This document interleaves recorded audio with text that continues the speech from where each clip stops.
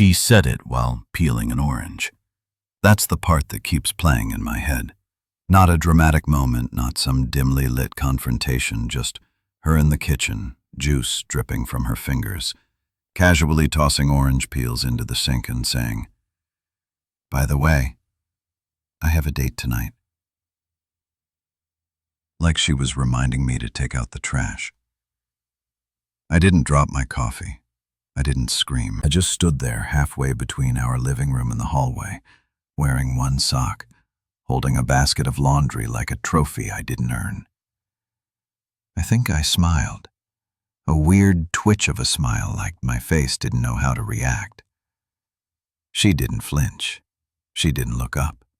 She just kept peeling. I wanted to ask why, but deep down I already knew. It wasn't one thing. It was hundreds of tiny cuts I hadn't noticed bleeding. The way she stopped saying good morning. How her phone became part of her body. The lipstick smudges I kept pretending weren't there on wine glasses she swore were from lunch with coworkers. Still a date? She said it out loud. So I asked, "Do I know him?" She finally looked up. Her hands were sticky, her expression bored. "You don't need to." I wish I could tell you I handled it like a man with pride, that I told her to get out, that I threw her clothes out the window or shattered her wine glasses. But no, I just stood there and whispered, "Okay." She furrowed her brow like I was the one acting strange. Then I did something she didn't expect. I walked over, took the orange halves she had just finished peeling, gently placed them on a napkin and slid them toward her. "Eat before you go," I said. "You'll need the energy." Her smile broke. That smug confidence gone in a second because she knew what that meant. I was done. No tears, no pleading, no last fight. She tried to say something then, something like, "This isn't what but I didn't give her the chance. I turned, walked upstairs and locked the door behind me. That moment, that was the beginning of everything falling apart for her. Not me, because I wasn't the same Milton she thought would beg. I didn't sleep that night. I laid in the guest room staring at the ceiling, fully dressed with the door locked, even though I knew she wasn't coming back. The silence in the house felt louder than any fight we'd ever had. I kept wondering if this was what freedom felt like. But all I felt was hollow. Not because she left, but because she had been gone long before that night. I just hadn't let myself admit it. Around 2:00 a.m. I heard the front door creak open, soft steps on the hardwood floor.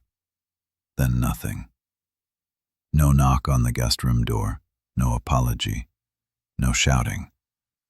She was probably hoping I was asleep. I imagined her walking barefoot into our bedroom, wiping off the makeup he had kissed off, crawling into bed like it was just another night. I almost laughed. She still had orange juice under her nails. I waited until morning. I didn't want a confrontation. I wanted her to feel the absence, to feel what it was like to be in a house that no longer responded to her presence. So I got up early, dressed, and left before she woke up.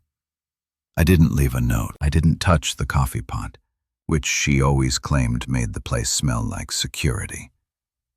I left everything exactly how she had shaped it, cold, unmoving. I went to my brother Nate's apartment, told him it was work-related. He knew I was lying, but he didn't ask. Just handed me a pillow and said, "Stay as long as you need." I sat on his old scratchy couch staring at my phone for hours. She didn't text, didn't call, nothing. It wasn't until 3 days later that I got the first message. It wasn't a paragraph or even a sentence, just, "Can we talk?" I didn't reply, not out of strength, out of exhaustion. I had spent years trying to fix things with her, trying to decode what I was doing wrong, what I wasn't giving, how I could twist myself into someone more worth loving. But now I was tired of fixing things she had already decided to break. But that message, it was the beginning of a spiral, because the more I didn't answer, the more messages came, one after another. First polite, then confused, then angry. Then came the message that made me pause. You embarrassed me. You made me look insane in front of him. That's when I realized she had taken that orange peel silence as humiliation. She wasn't heartbroken. She wasn't even regretful. She was embarrassed. Her little power move hadn't worked the way she imagined. I wasn't the crying husband she could later tell her friends. Just didn't take it well. I had taken it too well, and that to her was the real betrayal. So I did something I didn't plan. I opened my photo gallery, scrolled down to the folder labeled Proof. Screenshots I had taken months ago, messages I'd found by accident, names I didn't recognize, locations she said she never visited.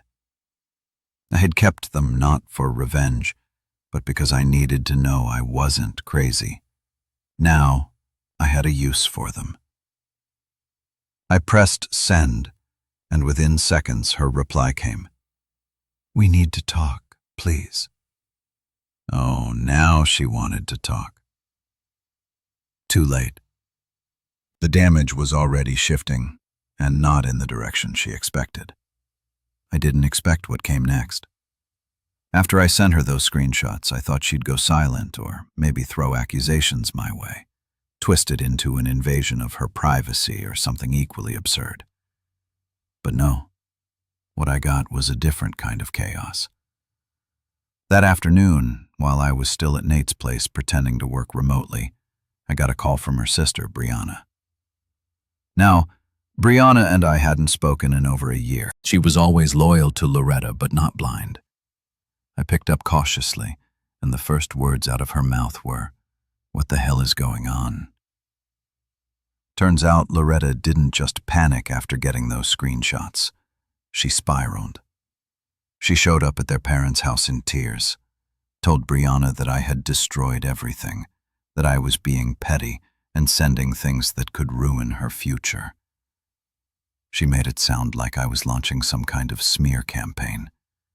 But Brianna wasn't buying it. She asked what really happened, and when Loretta refused to explain, Brianna did what I never expected. She called me directly. So I told her, not the dramatic version, just the truth. I told her about the night Loretta said she had a date, how she said it like it was no big deal, how I left without a scene, and how I'd found months of messages between Loretta and someone saved under the name Megan's Gym. Spoiler, it wasn't Megan, and it definitely wasn't about fitness. There was a long silence on the other end. Then Brianna said something I'll never forget. She's been doing this for longer than you know. She admitted that Loretta had pulled this before. Emotional distance, secret flings, rewriting history to make herself the victim. Brianna said she never thought it would go this far, that I would be the one she'd try to step over so openly. You were supposed to be her safe bed, she said, like that was some kind of compliment. And maybe it was. Maybe that's all I ever was to Loretta. The stable one, the placeholder, until someone more thrilling came along.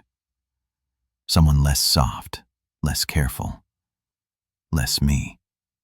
The next day, I returned home for the first time in almost a week, not to see her, but to grab my passport and the last of my things. I didn't expect her to be there, but she was sitting on the living room floor, surrounded by open drawers, old photographs scattered everywhere, like she was trying to summon a version of us that had already died. When she saw me, she stood up too fast and nearly tripped. Her mascara was smudged, her hair pulled into a messy knot, and her voice cracked when she said, "You don't have to do this." I didn't answer her right away. I went to the hallway closet, grabbed my documents, a duffel bag, and zipped it shut before I even looked at her. And when I finally did, I said, You did this when you peeled an orange and told me you had a date like I didn't exist. She opened her mouth, but I held up my hand. I don't want an apology. I want peace. And it starts with you not being in my life anymore. She cried then, real choking, so not for me, for herself, because the version of Milton she thought would never leave. He had already left the moment she handed him his own heart and told him she had better plans for the night. I walked out that door and didn't look back. But the story was far from over, because what I discovered next, buried deep in her cloud backups, would blow everything wide open. I wasn't looking for more. That's the part that haunts me. I could have just moved on, started fresh, let the wreckage of our marriage rock behind me. But something in me, call it instinct or maybe just years of being gaslit, couldn't let it go. I needed to know the full scope of it, not to throw it in her face, but to validate the gnawing feeling that I'd been living with a stranger who wore my last name like a borrowed jacket. The photos and files I uncovered weren't even hidden well. I'd remembered Loretto once used a shared cloud account when we were syncing our calendars, something I'd long forgotten. But one night at Nate's place, while scrolling through some old backups for a document I needed, I saw a folder labeled Event Planning. It was filled with de-stamped images, screenshots, voice notes. At first, I thought they were work-related. But then I saw one of her in a hotel mirror, wearing the same red dress she wore the night she told me she had a date. Except this photo was time-stamped 2 days before that night.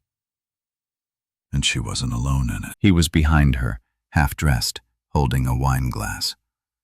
I stared at it, my fingers frozen above the trackpad. The angle was intimate, like he was the one who took it. I don't know what snapped inside me, but I downloaded everything, all of it. The photos, the videos, even the blurry screenshots of what looked like messaging threads she had saved herself.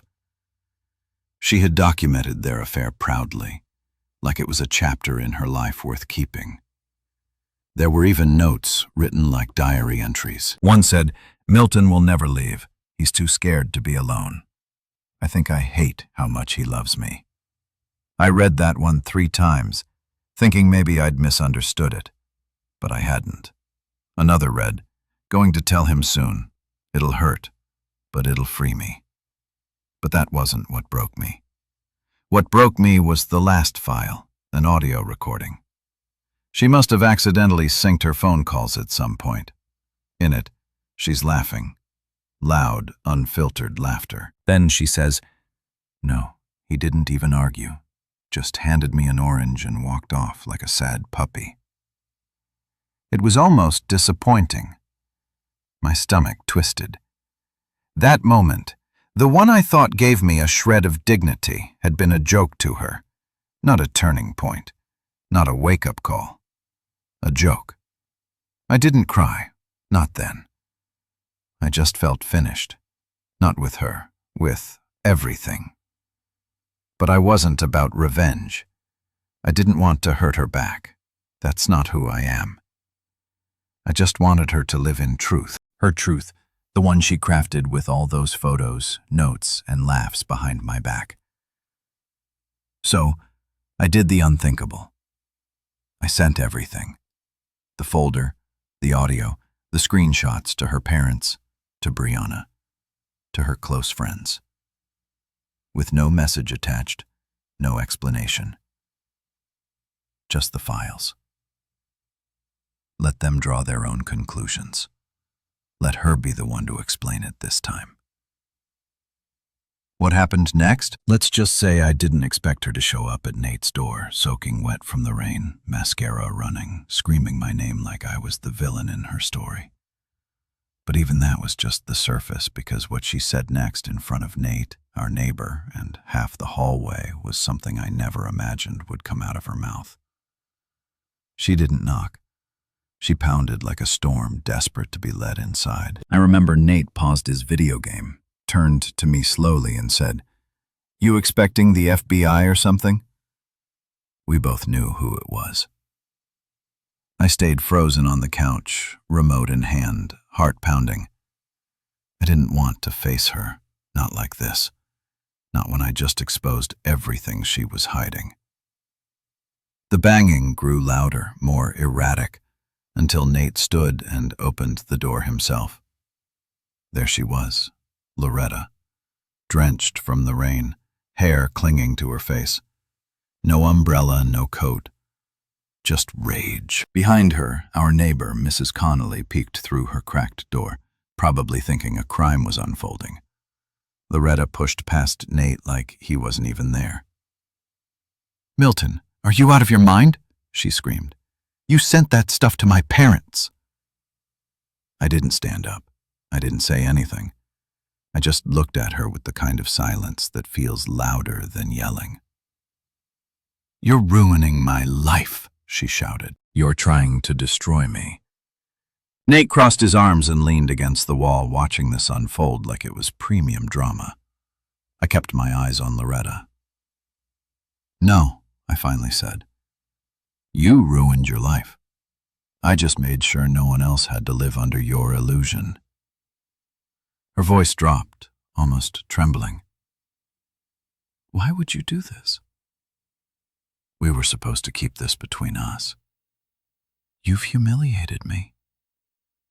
I laughed, a sharp, ugly sound that even surprised me. "You want to talk about humiliation? You turned my life into a joke for your little love letters and voice recordings.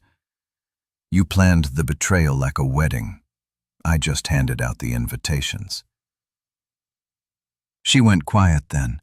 Her eyes flicked to Nate, then the open hallway behind him. A few more heads were peeking out now. I should have felt embarrassed. I didn't. She did. And then, in a desperate attempt to twist the narrative back in her favor, she snapped, "You were never enough, Milton. You were a background character in your own life. I needed someone who saw me." That was the moment, the one that cut deeper than anything else. Not because it was new, but because it confirmed every private fear I'd ever had. That she never saw me as her equal, just as her fallback. But I didn't let it show. I stood slowly, walked to the door and said, "You don't get to rewrite this, Loretta. You chose this path. I just made sure everyone else could read the same story."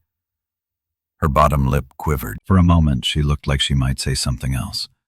But then she turned, stormed out into the rain, slamming the door behind her so hard that one of Nate's picture frames fell off the wall. The silence that followed was sharp and heavy. Nate let out a low whistle. Well, that was something. I sat back down, trying to steady my breathing.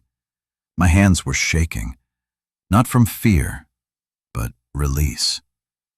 The weight of it all was finally shifting, and just when I thought it was over, that she'd retreat into whatever new narrative she was spinning, I got an email from her boss. Subject line, urgent, request for a meeting. I opened it confused, and what I read inside changed everything I thought I knew about her little affair and the real cost of exposing it. The subject line stared at me for what felt like hours. Urgent request for a meeting. It was from Mr. Cartwright, Loretta's boss. I hovered over the email without opening it, my stomach tightening like a fist. Why was he emailing me? He and I had never spoken directly. I didn't even think he knew I existed. That should have been my first clue that this wasn't about me. It was about her. I finally opened it. The message was short. Too short. It read, "Milton, I believe we should talk. There are some things that have recently come to my attention that require clarification. Please let me know when you're available. D. Kurt, right?" I read it 3 times. No mention of Loretta, no tone, just cold professional dread. I thought maybe she had tried to spin the story again, twist it so that I looked unstable, maybe say I was threatening her. But something didn't add up. I never contacted her workplace. I never sent anything to him or anyone in her company. But then I remembered the cloud folder. She had been using her work devices. At least one of the files, the audio clip, had metadata that showed it came from a company-issued phone. And that's when it hit me. Her affair, it wasn't just personal. It was professional. He was emailing me because this had landed in his lap, possibly via HR or worse, legal. I didn't respond right away. I needed to know what I was walking into. I called Brianna. I figured if anyone would have insight, it was her.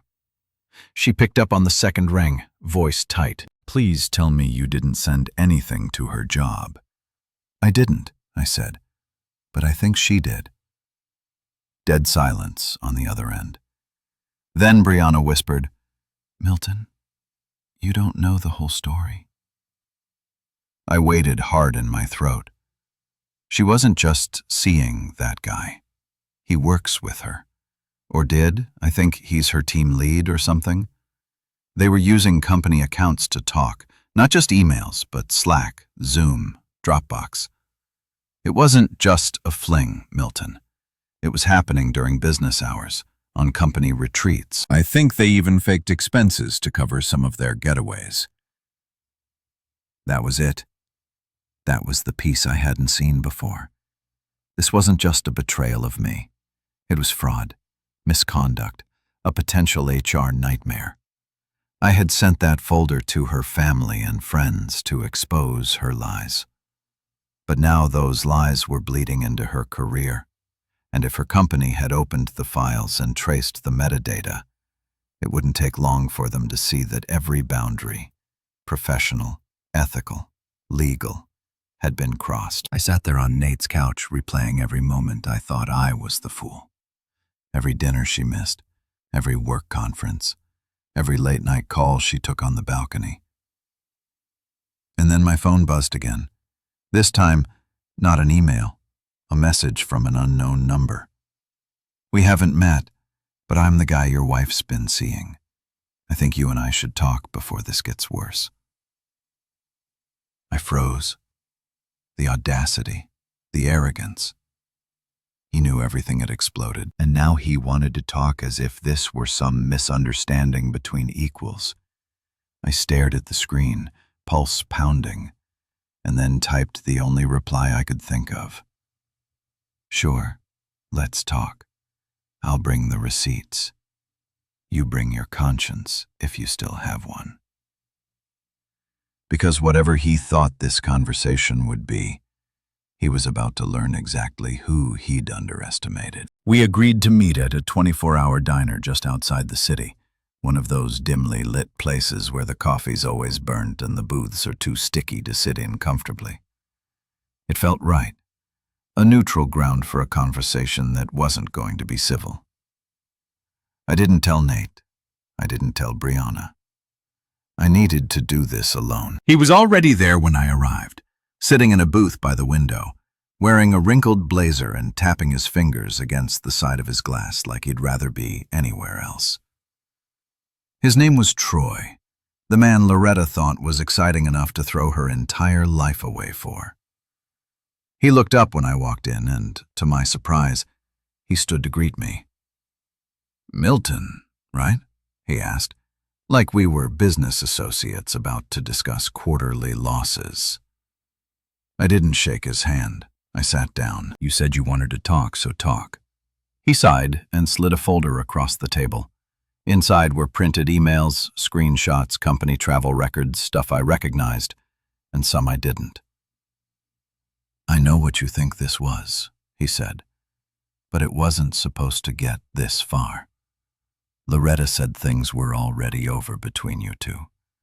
She told me she was living with a man who didn't love her. I almost laughed, but it came out more like a choke. And you believe that?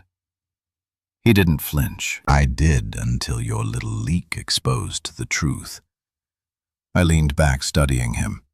You think I did this to punish you, didn't you? He asked. I shook my head. No, I did it so the people she lied to would stop protecting her, including herself. Troy exhaled and rubbed his temple. This whole thing, it's blowing up. HR called me in yesterday. There's an internal audit now. Cartwright is furious. Legal's involved. Loretta is suspended indefinitely. They've already frozen her access to everything. I stared at him. He looked exhausted. Not remorseful, just cornered. Good, I said flatly. He looked up. You don't get it.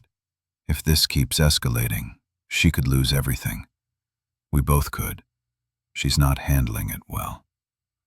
I raised an eyebrow. You mean the consequences of her own actions? That's a shame. He leaned forward, his voice quieter. She's not sleeping. She's not eating. She's spiraling, man. She blames you. That part almost made me smile. Of course she does. Then Troy said something I didn't expect. She said if she loses this job, she'll leave the city, disappear. She's talking like there's no life left for her here. And for a moment, just a second, I felt the old Milton creep back in. The one who always cleaned up the mess, who always forgave, who bent himself into knots trying to make things right. But that version of me was gone.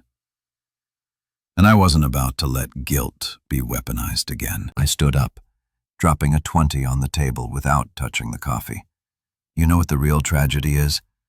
I said she had a husband who loved her without condition, who would have walked through fire to keep her safe. And she set it all on fire just to see what would happen.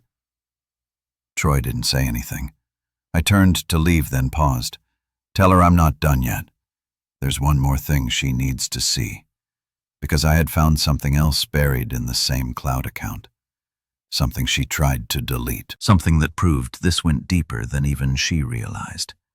And once I brought it to light, the final mask would come off for everyone. The final file was hidden in a subfolder labeled Work Notes. It was a voice memo, almost an hour long, recorded 6 months before everything fell apart. I don't know if Loretta forgot to delete it or just didn't realize it had backed up. But once I played it, I understood everything in a way I hadn't before. The recording began with her crying, quiet at first, then building into full sobs. And then between gasps, she started talking. Not to anyone specific, just out loud. I don't know what's wrong with me, she whispered. Milton does everything right, and I still feel empty. I keep trying to ruin things just to feel something. He deserves better. I'm scared. I don't know how to be loved without wrecking it. I sat there in silence, listening to the woman I thought I hated sound so deeply lost. It didn't excuse what she had done, not even close, but it finally gave context to the chaos. She wasn't just cruel. She was broken, self-sabotaging, and terrified of being truly seen. So, I made one last decision. I emailed her. No threats, no venom. Just a message she wasn't expecting. I'm not going to bury you. You've done enough of that to yourself. I've deleted the folder, not because you deserve it, but because I do. I'm done carrying this. I'm letting go. She never replied, but a week later, I got a letter handwritten, no return address. It was from Loretta. She said she was leaving the city, starting over somewhere quiet. She'd entered counseling, was going no contact with everyone for a while, and finally admitted that she didn't blame me. Not really. Not anymore. As for me, I finally moved out of Nate's and into a small place of my own. Nothing fancy, but mine. I got back into photography, started running again, even adopted a grumpy old cat from the shelter named Winston. Every day isn't easy, but it's mine now. And peace, it's not something someone gives you. It's what you reclaim when you stop handing your worth to people who never earned it. To anyone listening, if you've ever been made to feel invisible, disposable, or like loving someone means shrinking yourself, please know there is life after the fall, and sometimes letting go is the bravest thing you'll ever do. Thank you for staying with me through this journey. You're on Reddit Confessions, where truth doesn't whisper, it shouts.